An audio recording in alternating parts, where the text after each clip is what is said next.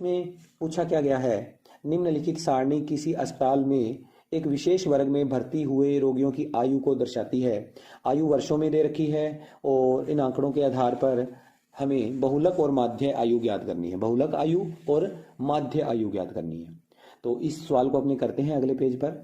हमारे पास इस क्वेश्चन को सॉल्व करना है तो हम क्या करेंगे, एक टेबल बनाएंगे सबसे पहले। ठीक है, अब इसमें अपने डाटा फिल करते हैं। यहाँ पर सबसे पहले अपने को देखना है कि मान क्या क्या दिए हुए हैं। आयु वर्षों में दे रखी है 5 से 15, 15 से 25, ऐसे करते करते 55 से 65 तक। और फिर रोगियों की संख्या दे रखी है, ये बाद में भरेंगे, पहले हम आयु भर लेते हैं। इस जगह पर लिखेंगे हम आयु वर्षों में।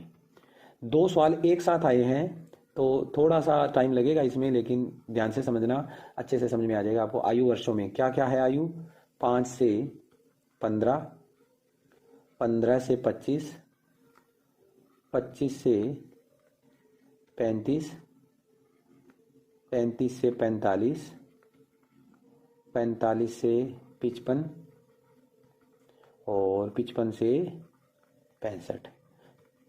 ठीक है, ये लिख दिया हमने। इसके बाद अगले कॉलम में हम क्या लिखेंगे, अगले कॉलम में हम भरेंगे इसमें मान। हमारे पास दूसरा कॉलम किस चीज़ का है, दूसरा कॉलम है हमारे पास रोगियों की संख्या।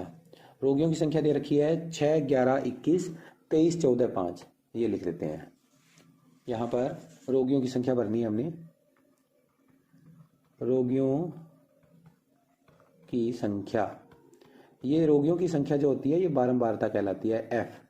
तो यहाँ लिख देंगे 6, 11, 21, 23, 14 और लास्ट क्या था, 6, 11, 21, 23, 14, 5, लास्ट में 5 है तो 5 लिख देते हैं यहाँ पर। ठीक है, अब हम ज्ञात क्या कर रहे हैं, बहुलक ज्ञात कर रहे हैं। तो बहुलक में जो सबसे बड़ी वैल्यू होती है वो होती है F1, उसके जस्ट ऊपर वाला मान होता है F0 और उससे जस्ट नीचे वाला F1 से जस्ट नीचे होता है F2। ये 3 मान आप आराम से इस टेबल में से देख के लिख सकते हो। यहाँ हम लिखेंगे सबसे बड़ी बारंबारता, सबसे बड़ी बारंबारता, सबसे बड़ी बारंबारता कितनी है, 23 है। इनमें से सबसे बड़ा मान 23 है तो सबसे बड़ी बारंबारता 23 आ गई।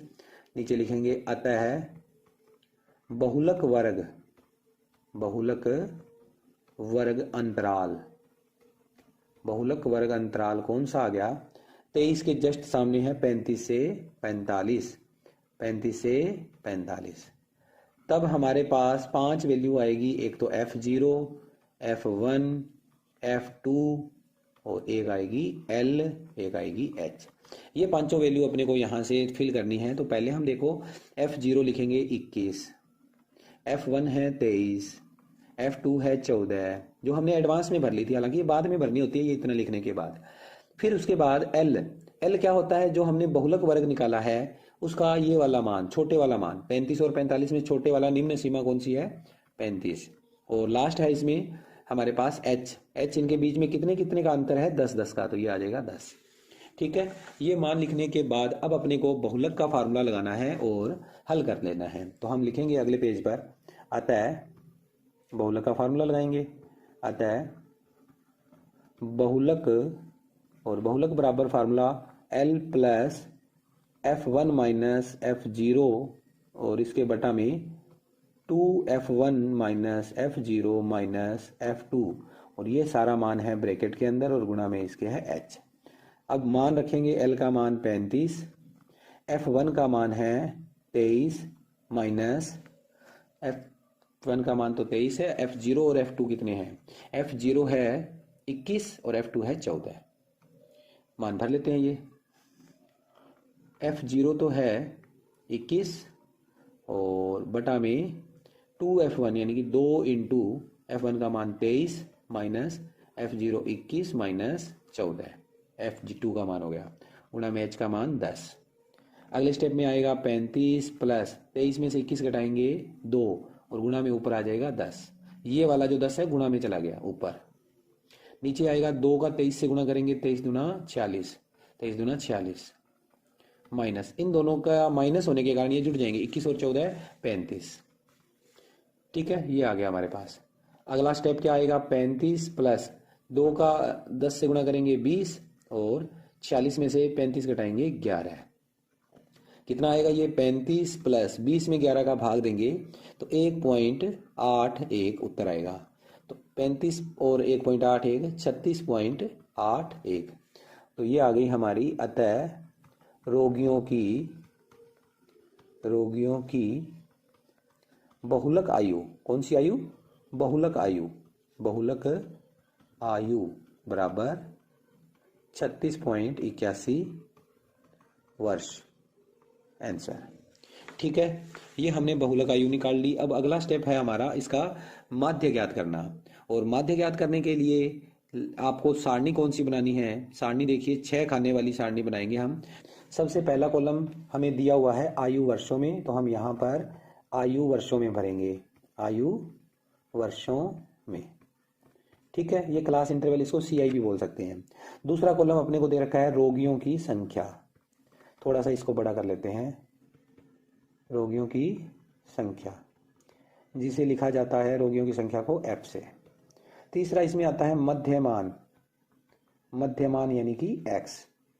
फिर चौथा कॉलम आता है D का फार्मूला होता है X माइनस A। क्या होता है? कल्पित माध्य होता है, आगे आएगा ये। U होता है D/H।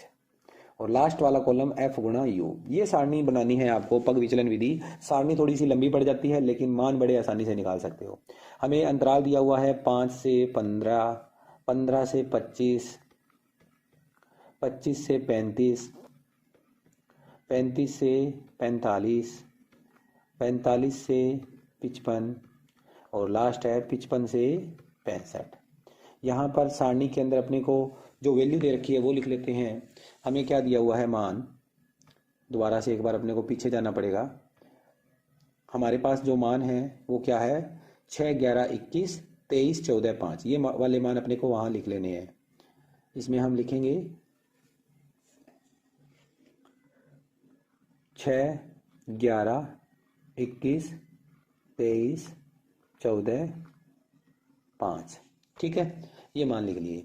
अब मध्यमान x निकालना है, तो कैसे निकलेगा? मध्यमान का सूत्र होता है, ये निम्न सीमा है, ये ऊपरी सीमा है, दोनों का जोड़ करके 2 से भाग दे दो। 5 और 15 20, 20 में 2 का भाग दिया 10, 10 आ गया। फिर 15 और 25 40, 40 में 10 का भाग दिया 20 आ गया। बाकी के मान आप बार बार जोड़ करके ना लिखोगे, आप क्या करोगे, सब में 10-10 का अंतराल है, तो ये जो मध्य मान है इसमें भी 10-10 का गैप आएगा, 10-10 बढ़ते जाएंगे, 10 फिर 20 फिर आएगा 30, यहाँ पर 10 का मान बढ़ेगा, इसमें 20 में 10 जुड़ जाएंगे, 30 आ जाएगा। समझ में आया आपको कैसे कर रहे हैं? यहाँ पर आप पहली वैल्यू को लिखोगे, जोड़ करके आधा करोगे, 5 और 15 का जोड़ 20, 20 का आधा 10। फिर चाहे तो दूसरी वैल्यू को कर लो, ना करो तो आप ये देख लिया करो कि गैप कितने कितने का है, 10-10 का अंतराल है सब में। तो यहाँ जो मध्य मान है वो भी 10-10 मान बढ़ता जाएगा। पहले हमारा था 10, फिर 20, अब यहाँ आ जाएगा 30, फिर आएगा 40, फिर आएगा 50 और सबसे लास्ट 60। ठीक है, अब ये मान लिख लेने के बाद अब डी निकालना है। डी निकालने के लिए आपको x में से a कम करना होता है। a क्या होता है? कल्पित माध्य, जो इन मध्य मानों में से ही कोई एक मान होता है। तो मध्य मानों में से जो बीचों बीच वैल्यू होती है ना, उसको हम a मानते हैं और इन्हीं वैल्यू में से मानते हैं। तो यहाँ पर आप देखोगे टोटल कितने मान है, 1 2 3 4 5 6, 6 वैल्यू है। तो 3 ऊपर छोड़ो 3 नीचे छोड़ो, बीच में बच गया यहाँ पर कोई भी वैल्यू नहीं। इसका मतलब हमें इन दोनों में से कोई एक वैल्यू सिलेक्ट करनी है। तो हम ऊपर वाली वैल्यू को सिलेक्ट करेंगे, ये ध्यान रखना, ऊपर वाली वैल्यू हम सिलेक्ट कर लेंगे। ये हमारा a है, यानी कि कल्पित माध्य है। अब इस 30 के सामने तो भरोगे 0, 30 के ऊपर और नीचे के मान बिना कैलकुलेशन के आपने भरना है, क्योंकि 10-10 का गैप था ना, कुछ भी कैलकुलेशन नहीं करनी। 0 के नीचे 10, 20 और 30 लिख दो, 10-10 का अंतराल होने के कारण। 0 से ऊपर 10, 20, 30, लेकिन ये माइनस के रहेंगे। ध्यान रखिएगा, जितना अंतराल है ना उतने का ही टेबल पढ़ना है, उतने का ही पहाड़ा पढ़ना है। 0 के बाद 10, 20, 30, 0 के बाद ऊपर 10, 20 माइनस के। अब u निकालने के लिए आपको कोई भी एक्स्ट्रा कार्य नहीं करना। 0 के सामने 0 लिख दो और नीचे काउंटिंग स्टार्ट कर दो, 1 2 3, सेम ऊपर 1 2, लेकिन ऊपर वाले मान माइनस के। ठीक है, ये आ गया। अब लास्ट वाला खाना जो है f गुणा u है, तो f तो ये वाला खाना है, u ये है, दोनों का गुणा करेंगे। 6 का गुणा -2 से माइनस के 12 है, 11 का गुणा -1 से माइनस के 11 है, ये 21 का गुणा 0 से किया 0, 23 का गुणा 1 से किया 23, 14 का 2 से किया 14 दूना 28, 5 का 3 से किया 15। अब आप प्लस माइनस के अलग अलग जोड़ लो। प्लस के कितने हैं, माइनस के कितने, देखो ये है माइनस की दोनों रकम और ये है प्लस की तीनों रकम।